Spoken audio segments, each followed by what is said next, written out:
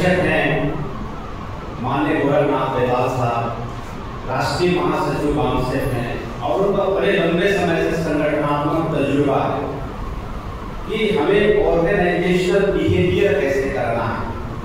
तो मैं दिन भर का सेशन को सुन रहा था, बड़ा जबरदस्त सेशन था और मैं जितना एंजॉय किया उस सेशन को, मैं पूरा विश्वास के साथ में बोल सकता हूँ कि आपने उतना ही एंजॉय किया होगा। यह है ना। तो साथियों, जैसे कि हमारे अरविंद अक्षर साहब ने अभी बता रहे थे कि हम लोगों को काफी सारी चीजों को जानना पड़ेगा। तो काफी सारी चीजें क्या है, प्रतिक्रिया का सिद्धांत, इसको समझना बहुत जरूरी है। देखिए, मैं आप लोगों को एक उदाहरण के माध्यम से समझाना चाहूंगा। ये जो हमारे पालतू जानवर होता है कुत्ता, तो मैं छत्तीसगढ़ में हूँ, बहुत सारे शरारती असामाजिक तत्व क्या करते हैं, कभी कभी अपना पत्थर उठा के कुत्ता को ऐसा मार देते हैं। नहीं मारना चाहिए, लेकिन समाज की ज्वलंत घटना है, बताना पड़ता है। तो कुत्ता में इतना समझदारी होता है साथियों कि जिस पत्थर से कुत्ता को चोट पहुंच रहा है, कुत्ता उस पत्थर को छोड़ देता है और जो पत्थर फेंक रहा है उस आदमी को काटने दौड़ाता है। आप लोग ये घटना कितना लोग देखें, कितना लोग देखें? कम लोग देखे हैं, लेकिन सच्चाई यही है। यानी कि वो इतना समझदार है साथियों, अगर वो समझदार नहीं होता तो पत्थर पर टूट पड़ता कि ये पत्थर ने मेरे शरीर को चोट पहुंचाया है। लेकिन उसका समझदारी का लेवल देखिए, उसका माइंड अपग्रेडेशन देखिए। वो कुत्ता पत्थर को छोड़ के वो जो आगे पत्थर फेंकता उसको दौड़ाना शुरू करता है। आप कभी मोटर बाइक में थोड़ा सा उसको जानते नहीं पर कभी लीजिएगा, उसके बाद देखिए वो आपको 2 किलोमीटर पहले सुन लेगा, अच्छा हुआ है। आप मोटरसाइकिल से दौड़ाएंगे, दौड़ेंगे, वो दौड़ाएगा आपको काटने के लिए। कब तक ऐसा हरकत करता रहता है? जब तक उसमें जान होता है। तो अभी क्या है कि जितना भी जो आज राष्ट्रीय क्रिश्चियन मोर्चा का कैडर कैंप है, 2 दिवसीय 7 तारीख है, 8 तारीख होगा, तो यहाँ पे ज्यादातर जो पास्टर हैं, ज्यादातर विश्वासी हैं, उनको ऐसा महसूस होता है कि आरएसएस के द्वारा, बीजेपी के द्वारा और विदेशी ब्राह्मणों के द्वारा सतावन का कार्यक्रम चलाया जा रहा है। तो आप लोग कैडर में ये सीखने के आज आए हुए हैं कि इसका ओरिजिनल और वास्तविक प्रतिक्रिया कैसे होना चाहिए, है ना। ज्यादातर लोग क्या करता है, वो जिला पदाधिकारी के पास में जाके, जिला अधिकारी के पास में जाके ऐसा ज्ञापन सौंपता है और ज्ञापन में बहुत सारा मांग होता है और ज्यादातर उसमें नारा सब होता है, रैली होता है, अन्यथा जाकर बंद करो, बंद करो, ऐसा प्रतिक्रिया होता है। तो साथियों, ऐसा प्रतिक्रिया करने से थोड़ा सा हमको राहत तो मिलता है इधर दिल में, लेकिन परमानेंट जो सॉल्यूशन है वो कभी नहीं होता है। परमानेंट सॉल्यूशन क्यों नहीं होता है? क्योंकि वैसा करने के बाद आप वापस घर चले जाते हैं और वो जो ब्राह्मण ने जो व्यवस्था बनाया हुआ वो व्यवस्था सुचारू रूप से वैसे चलते रहता है।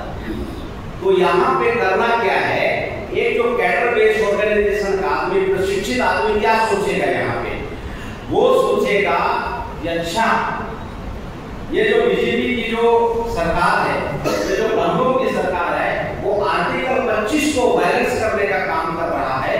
आपको, पूरे विश्वासियों को, राष्ट्रीय क्रिश्चियन मोर्चा जो सामाजिक संगठन, उसके सभी मेंबर्स को, भारत मुक्ति मोर्चा के सभी पदाधिकारी को, पूरे देश भर के कार्यकर्ता को, बहुजन मुक्ति पार्टी के सभी पदाधिकारी, सभी वोटर्स को, कार्यकर्ता को, समर्थकों को क्या निर्णय लेना चाहिए? निर्णय ये लेना चाहिए कि हम जड़ से, मूल से इनकी सत्ता उखाड़ के आने वाले समय में फेंक देंगे। ये आपको प्रतिक्रिया करना है।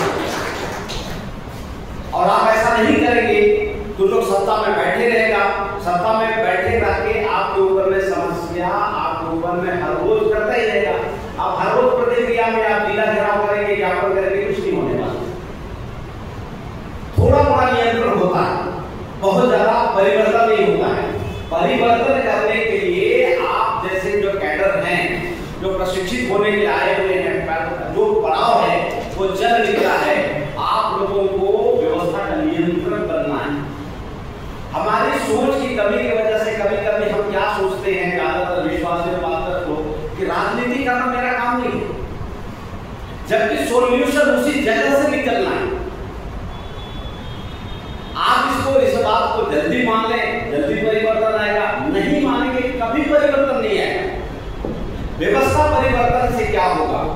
व्यवस्था परिवर्तन से सख्त निर्देश दिया जाएगा थाना प्रभारी को, जितने भी जो आरएसएस के असामाजिक तत्व हैं, जो अनुच्छेद 25 को वायलेंस करते हैं, सख्त हिदायत और निर्देश दिया जाता है कि दोबारा कभी भी इस टाइप की अगर घटना घटती है और अगर विश्वासियों के द्वारा और पास्टर्स के द्वारा अगर लिखित में थाने में कोई शिकायत होती है, तो हम तुम्हारे ऊपर में, है ना, संविधान के वायलेंस करने का आपके ऊपर में अपराध दर्ज कराएंगे। आप बताइए, जो संविधान जो होता है वो देश को होता है, जो देश को संविधान को होता है, उसकी सजा बहुत ही भयंकर है कानून में।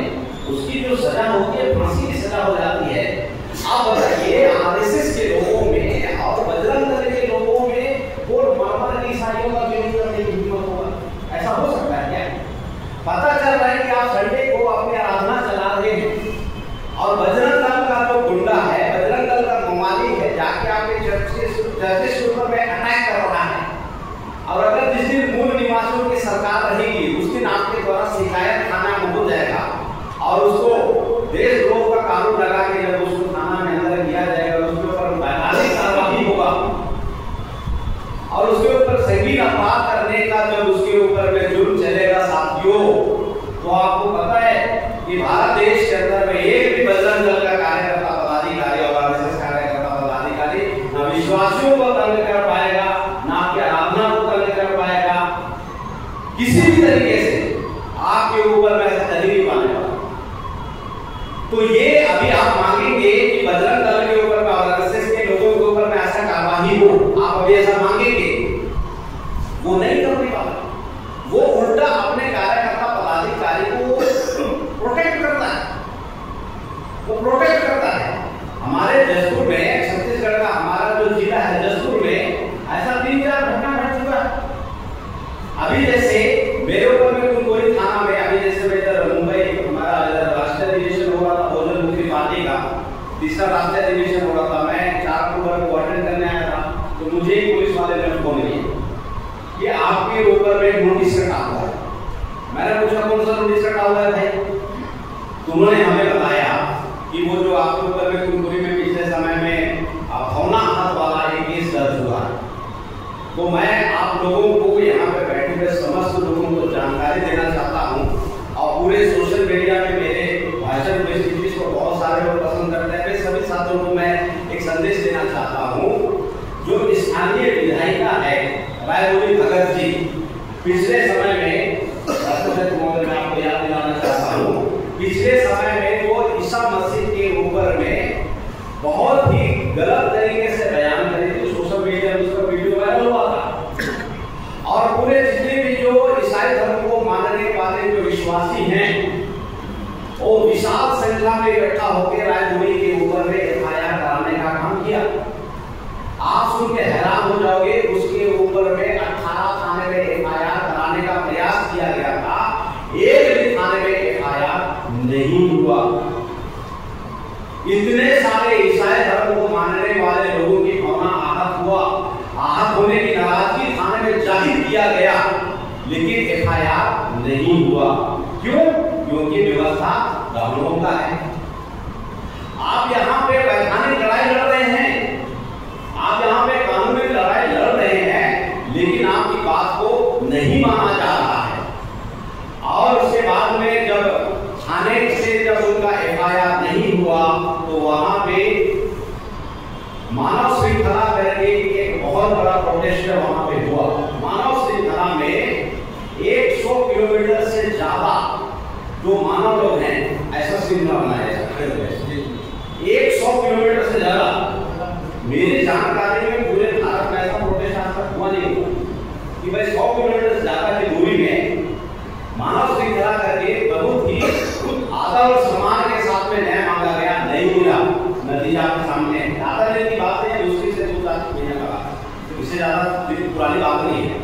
उसके बाद में साथियों दूसरी बार में इनके द्वारा में रैली निकाला गया। दूसरी बार में रैली निकाला गया, ईसाई न्याय यात्रा के नाम से रैली निकाला गया और पूरा जशपुर जिला में लाखों की संख्या में जो ईसाई धर्म को मानने वाले लोगों के द्वारा उस रैली में शामिल हुआ गया। आप सुन के हैरान हो जाओगे, प्रशासन के द्वारा, सरकार के द्वारा रायमुनि नगर जो विधायक हैं उन्हें प्रोटेस्ट करने का काम किया, उन्होंने प्रोटेस्ट करने का काम किया। विश्वासी लोग प्रोटेस्ट कर रहे थे और बीजेपी की सरकार और वहां का जो प्रशासन है उसको प्रोटेक्ट करने का काम कर रहा था, उसको सुरक्षा देने का काम कर रहा था, लेकिन उसे जेल के अंदर नहीं डाला गया। भावना आहत होने वाली जो जितनी भी जो धाराएं हैं उसके ऊपर में कभी नहीं लगाया। तो ये घटना जो घट रही है, ऐसी घटना पूरे देश के अंदर में हर जगह पे, हर प्रदेश में, हर जिला में ऐसा घटना घट रहा है। तो अगर आप सेम वही काम करेंगे तो सेम वही परिणाम निकलेगा ना। तो आपको यहाँ पे जो प्रशिक्षित करने का जो आज काम किया जा रहा है, ये आपका नेक्स्ट अपग्रेडेशन के लिए, क्योंकि कमजोर विचारधारा होगी साथियों। तो कमजोर विचारधारा का आदमी क्या होता है कि पहला जोड़ में, दूसरा जोड़ में बिखर जाता है, उसको अंदर से हिम्मत नहीं होता है, वो टूट जाता है, बिखर जाता है, होपलेस हो जाता है। लेकिन जो मजबूत होता है वो विषम परिस्थिति में वो निखरता है।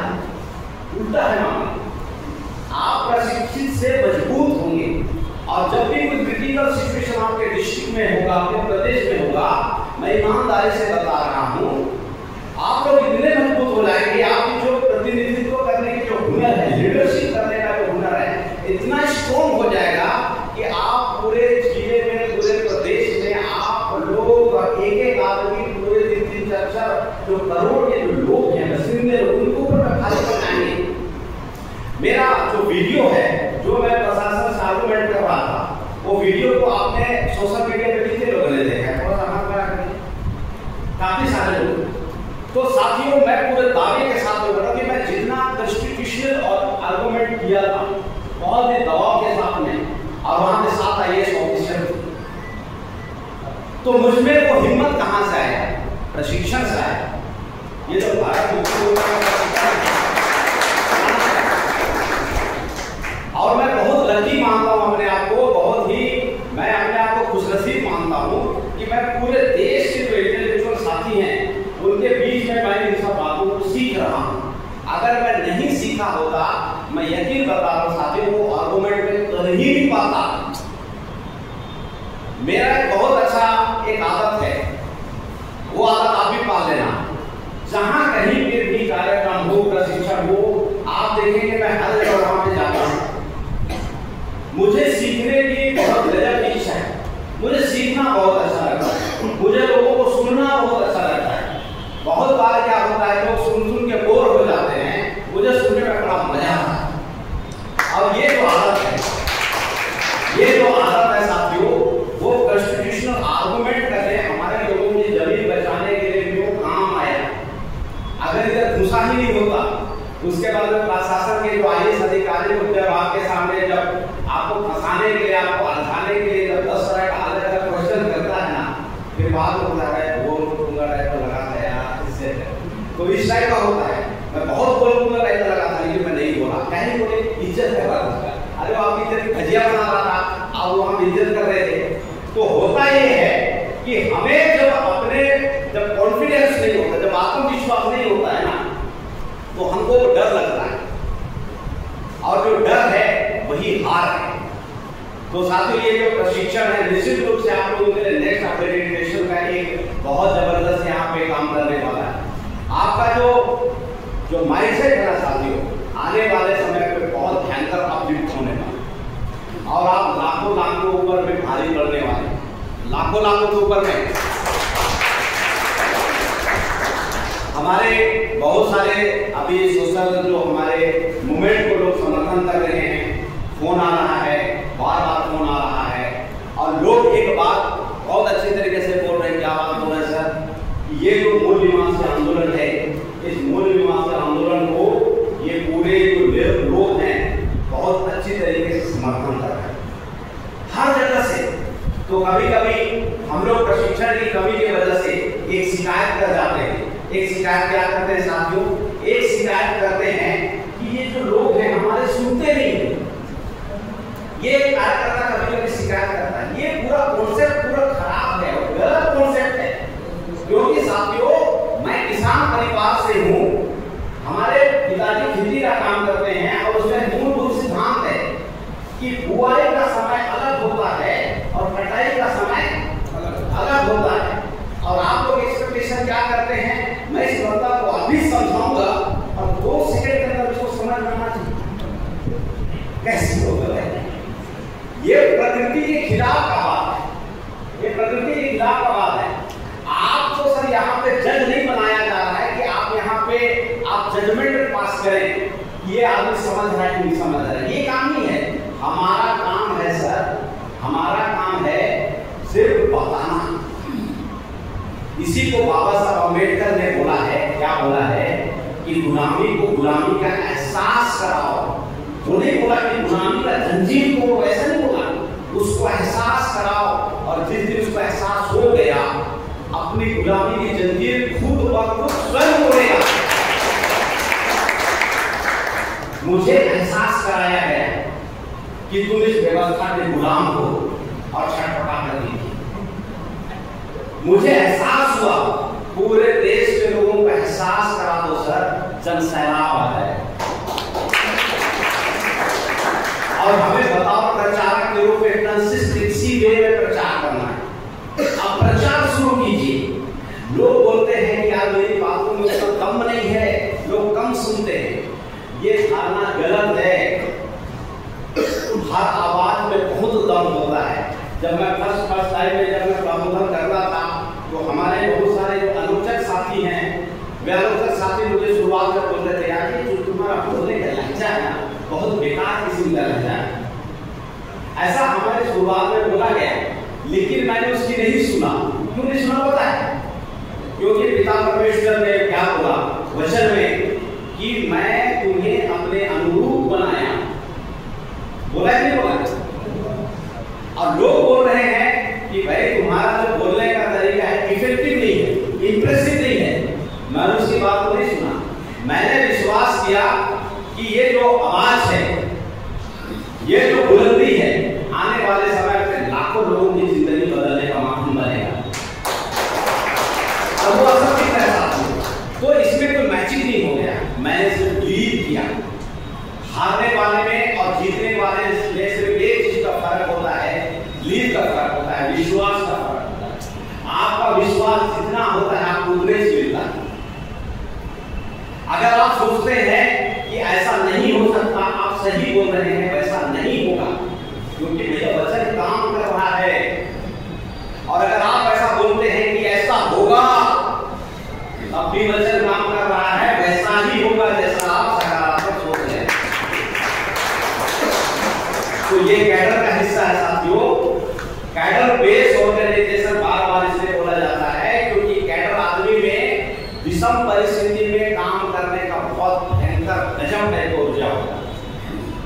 हमारे छत्तीसगढ़ में भी बहुत भयंकर काम हो रहे थे, बैक टू बैक काम हो रहे थे, तो हम रिजर्वेशन करा नहीं पाए। तो बहुत सारे साथी हमारे जब दिल्ली आना होता है राष्ट्रपति महोदय जी, तो रेल का रिजर्वेशन नहीं होता, उसमें घबरा जाता है। हमारे उधर नए नए साथी हैं जो आपकी नकरा साहब हैं, वो मुझे फोन करके पूछ रहे थे कि रिजर्वेशन ये कैसे चलेंगे। तो बोलता है बिल्कुल चलेंगे सर, तो टिकट तो नहीं है। मैं बोला चलो टिकट का बंदोबस्त करते हैं। और जिस दिन हम लोग मुंबई आने के लिए 4 अक्टूबर का जो राष्ट्रीय अधिवेशन के लिए आने के लिए आए हुए थे साथियों, मैं आप लोगों को बता रहा हूँ तब तक हमारे पास में रिजर्वेशन का टिकट नहीं था। उसके बाद में उन्होंने हमारे ऊपर विश्वास किया और मैंने अपने आप के ऊपर विश्वास किया। दोनों साथी सफर हम लोग शुरू किए और रात के 1:30 बजे हमको 4 टिकट दिखा रहा था ऐप में कि भैया खाली है। हम रात में 1:30 बजे 2 रिजर्वेशन हम लोग किए। तो ये हम लोग को कब मिला? जब हम घर से निकल चुके थे। जब हम घर से निकल चुके थे तो मिला। अगर हम कंफर्टेबल जोन को हम सोचते तो भैया ना रात के 1:30 बजे हमारी आंख खुलती, ना टिकट कंफर्मेशन होता, ना मुंबई पहुंचते। उसके बाद में और हमारे पास में ढेर सारा बहाना होता। अरे बहुत प्रयास किए, टिकट ही नहीं मिला ना, ऐसा बहाना करते। और जीवन में जेब में सिर्फ दो चीज होती है, अगर आप बहानेबाज हैं तो आपके जेब में खूब सारा बहाना, और अगर आप संघर्ष के आती हैं, क्योंकि आप अम्बेडकर आती हैं, तो खूब सारा उपलब्धि रहने वाला।